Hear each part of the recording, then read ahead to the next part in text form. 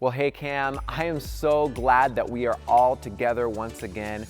Man, so we are doing something a little bit different. We are going to be talking about different ways that we can receive care for just the difficult situations that this season might be bringing towards you. For example, we are going to be talking about anxiety. We're going to be talking about loneliness. We're going to be talking about how we can cope with loss. It's a great conversation, and we're so thankful that you're joining us for it. With that, let's go ahead and get started. Well, hey Cam, we are so glad to be with you. If we haven't had the chance to meet before, my name is Lynn and I'm here with Michael. We work with the Cam team. And today we have invited Sandra Malone, the Director of Care Development at Blackhawk Church, to be with us. And so today we want to have a conversation about the topic of loneliness. Now, we realize that you may be watching and right this moment you might not be struggling with loneliness. But this is one experience that I think all of us in different ways, in different seasons, we do encounter it. And perhaps you know someone right now who's struggling with feeling lonely. And so with that, Sandy, it would be so awesome to just hear from you, from your perspective and your experience. What exactly is loneliness? And what are some ways that people in our community might be experiencing it right now? Excellent. Loneliness is a distinctive feeling that can often be attached to being alone. And so a distinctive feeling of sadness. And the interesting thing about loneliness and that distinctive feeling of sadness is that you can actually be lonely when alone or not. I am someone who lives alone, and I do not struggle with loneliness, fortunately, at this point in time, and that may change. But there have been other times when I've lived in a house full of people where I have experienced extreme loneliness. And that loneliness really has had to do with sadness that's related to unhealthy relationships, a disconnection from the people with me in the space that I'm feeling lonely. So that may be in my own home, or it might be in a crowd. I had an experience up at the farmer's market, or I guess it was Concert on the Square, where I was there by myself after my daughter had left, and I realized the whole place is about friends and family and couples. And I was like, oh, yeah, I feel very lonely here, even though it historically has been a place that I really enjoy and love. Wow. And so I exited that environment because it created this really uncomfortable feeling of loneliness. And so Wow. it can be experienced very poignantly in a moment or over time as things persist, and there's a disconnect with what you are wanting, hoping, dreaming for, and what you are actually experiencing in your relationships and the people around you. Well, thank you for sharing that. I think most of us can relate to experiencing loneliness in different ways for different reasons. I know myself, I have, in varying levels. So here's my question though, Sandy. In a season where we are being told to be socially distant, to avoid people and to kind of be alone, how do we reconcile that with loneliness? Like, how do we solve loneliness? Like, what do we do in this social distance context? Yeah, I think this whole social distance context gives us a lot of opportunity for creativity, a lot of opportunity for initiative, a lot of opportunity for ownership of what it is that we are experiencing and feeling and thinking. And when we feel ourselves dipping, this is where we have to self-assess and press into it. And I think, as believers, God ultimately fills those spaces most completely, but he calls us into community with people. And so with the message of separate and kind of like put your head down. I think of as students, kind of put your head down, do your work, stay in your space and place. There can still be ways that you take stock of who you have in your life. If you're feeling lonely, it is who do you have in your life that helps fill that space, that brings you joy, that brings some laughter into your world when you connect with them. And so you may need to sit down, and I'm really big with paper and lists, and that's becoming clear, I'm sure. I would sit down and I would think about who do I have in my world, who can I move towards, and how do I do that in a creative way? I've got friends that have not entered into my space, but I walk with them consistently. There's my sister is one of those, and 2 other close friends, girlfriends. And so, we do things outside where we can have some space. We've got the benefit of fresh air. And so, but there is initiative, and sometimes people may not realize you're lonely, and that's where some of that initiative comes also. It's like you have to be willing to be vulnerable and start sharing with the people that you put on your list that are safe to be vulnerable with, and start talking about it and start being intentional, connecting with them. So, wow, this is so interesting just to learn about, and I'm thinking about my own life and thinking about you guys, our CAM community, and I just want to share, I'm reminded of my freshman year of college actually, because as a freshman in college, I just moved into the dorms. There was no such thing as social distancing, but I was going through a horrible breakup. So I was navigating a devastation. My mom had just left, so I was going through, my parents were divorcing. I felt so disconnected. And I just remember I couldn't get out of bed to go make a friend or show up to my classes. This was such a hard time. And I don't think I knew the word was lonely, but I was so disconnected that there was a loneliness. What would you say to someone who may be hurting right now, lonely, when you can't even find the first step, how do you find energy to do that, to make a connection? Yeah. Finding energy. I feel like a little bit of a broken record in my conversations about these things, but my go-to in finding energy is quieting down. It's for me, it's first quieting down, and then it is in a lonely place. It's crying out, literally. For me, I'm pretty emotionally expressive and me too. No shame. No shame. Actually, God, when we shed tears, we release serotonin, which is a lift to our system. So I feel like it's one of God's coping mechanisms for us as His children. Yeah. And that gives us great permission to be real about those emotions. And I also tend to need to get outside and start thinking about it.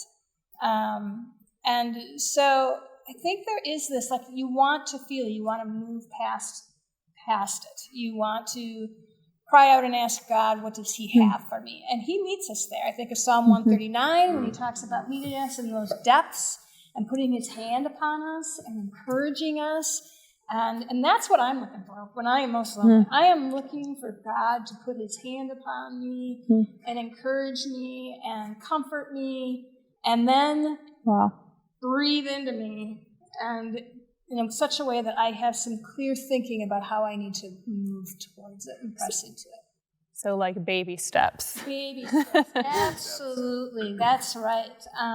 We shouldn't do anything that is overwhelming. If we look at something like, oh my gosh, that is so much work. I can't do that. Then that's more than what you should be doing. If you have that response, that is so much. Then ask yourself, what can I do? What baby step can I take in moving towards somebody? Yeah, I love everything that you're saying, Sandy, and it's so helpful. And I love that you're talking about God and we're talking about baby steps. I know for me, when I have been struggling with deep loneliness, when I moved to Madison, there was a lot of loneliness, but the reality is that God is with me. Whether I know it or not. I mean, I can't see him, but the reality of Scripture says that he's with me. So a baby step that I've taken before is just to acknowledge that he's physically there. I would sit a chair down and say, okay, you're on the chair, and we would just talk, and that would. And then additionally, we need God primarily to fill that spot in our heart, like you said, but also we need community. And, for me, I had to, when I first moved to Madison a couple of years, I had to try something new. I've talked about this before. I hate basketball, and this is before, social distance. Yes. But I found a guy who I'm like, I want to be your friend. He's like, well, play basketball with me in an intramural league. I'm terrible. I still did it. I showed up every day. I tried something new. Yes. And I'm wondering if that's something that we can do in this context, there's a lot of new things that we can be doing. That's right. Yeah, absolutely. And you want those new things. Now, you were really brave because you did something that you actually don't like. And that you might not be good at. I actually really am terrible and I kind of hate it, but that don't judge. That doesn't sound like a baby step to me. Good for you. Baby step in the wrong direction. No. I'm like, I'll have a Zoom call. And Michael's like, I'll play basketball with college basketball graduates. Okay. You obviously had some resilience to you that you could make that step, which is fantastic. And but you may just find some way, whether it's in a dorm on your dorm floor or with a roommate who you don't really know so well. My daughter moved into an apartment with a gal she didn't really know, and it's like, okay, hey, you want to go for a hike? You want to go, finding something that helps you establish a relationship in a different way than what you would normally do that. But base it on your interests. So I would say base it on your interests. Don't listen to what I said. That's what we're learning. No. If you have that kind of courage, more power to you. But if you are not feeling that adventurous and that courageous, then think about what you love and try and find something within that context that you can move toward. Yeah. So this is such an important piece. I love that we're talking about the importance of community and just having other people in our world, and really to be actively going after relationships when we're lonely. Something that I wonder if you could speak to, Sandy, is just the importance of right-sizing our expectations, because that just feels messy. Yes, yeah, right. When we feel really lonely, when we feel kind of in a despairing place, we very much want we want something to fill us up and change where we are. And so sometimes our expectations when we enter into something, they're too high for the individuals that we're moving toward. And we can kind of, if it doesn't go the way that we were hoping, then we might translate that to, it's not worth doing this. Well, really, it's about rewriting. What was the phrase you used? Right-sizing. Right-sizing, there you go. It's about right-sizing your expectations of others and yourself. And be willing to try something a few times. I always have told my kids, you need to try food 3 times, a new food 3 times, because the first time you're going to hate it, the second time you're not sure, and the third time you might like it. And so I feel like it's kind of that in a lot of ways as you're initiating and moving towards something and having right expectation, because ultimately, as I said earlier, God ultimately fills that up. So if you feel disappointed, go to God with the disappointment and let Him fill that space that wasn't filled from your attempt, and rise up again and get back on your feet and try. I mean, that sounds like cheerleader, but rising up isn't always easy. But God will help you rise up again and move to the next thing. Wow, Sandy, this has been so helpful for all of us. I know that everyone listening right now, they're getting something from this, but I would love to ask you to end this by speaking to everyone watching this right now, to just give them some encouragement, no matter where they're at when it comes to loneliness. Some people might not be experiencing loneliness. Some people might have just identified what they're experiencing as loneliness, or some people are just in the depths of it. How can you leave us with a word of encouragement? What would that be? I want to encourage you that God meets you there, and that he knows that you're lonely. If you are in that place of loneliness and to the despairing loneliness, he knows that that's exactly where you are. And learning how to be honest with him is going to help you start to come out of that place. And it's okay. It's okay to despair, actually. It's okay to feel that loneliness. He will be faithful. When you cry out to him, he will be faithful to meet you there. And he will give you hope, and he will give you next steps. And he will show you someone that you can move toward. He may move people toward you without you expecting it. And so it's really, boy, dive in and get to know who our God is. And he will bring you out of that pit of despair and that sometimes pit of loneliness and self-absorption. And he expands our view. And so I guess I just lovingly challenge you to be willing to go there with God and see what he has for you.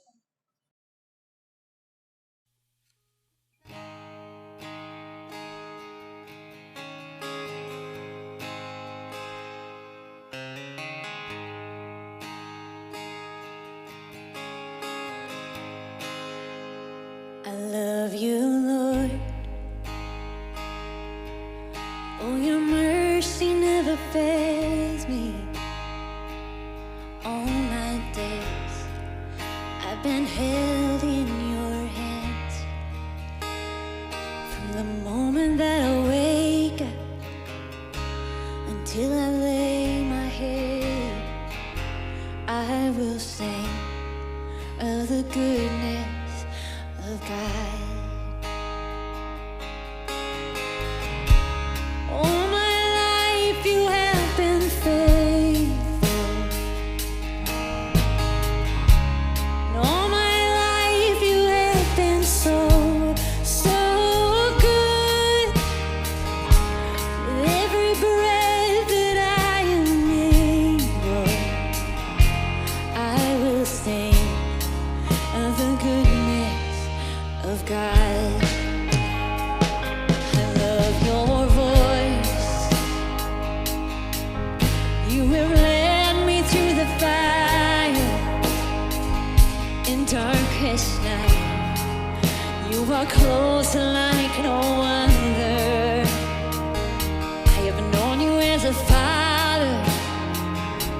I've known you as a friend.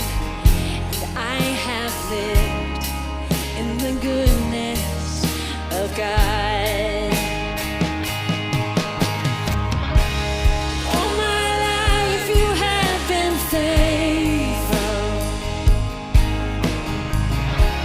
All my life you have been so, so good, Lord. With every breath that I am able, I will sing of the goodness of God, yeah. Your goodness is running after, it's running after me. Your goodness is running after, it's running after me. With my life laid down, I'm surrendered now. I give you everything. Your goodness is running after, it's running after me. Sing your goodness. Your goodness is running after, it's running after me. Yes, it is, Lord. Your goodness is running after, it's running after. With my life laid down, I surrender now. I give you everything, yeah. Your goodness is running after, it's running after me.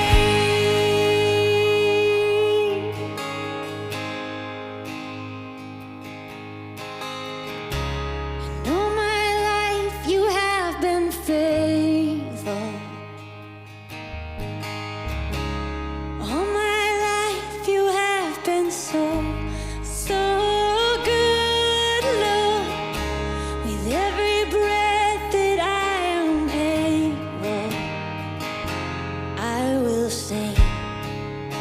the goodness of God.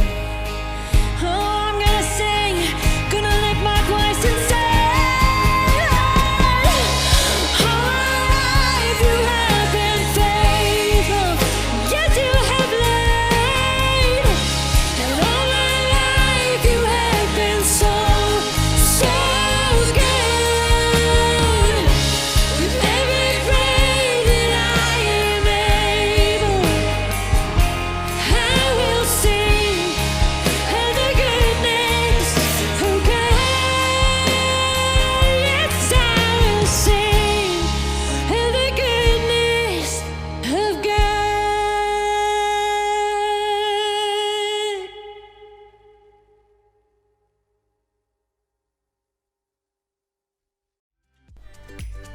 Well, thanks again for joining us today.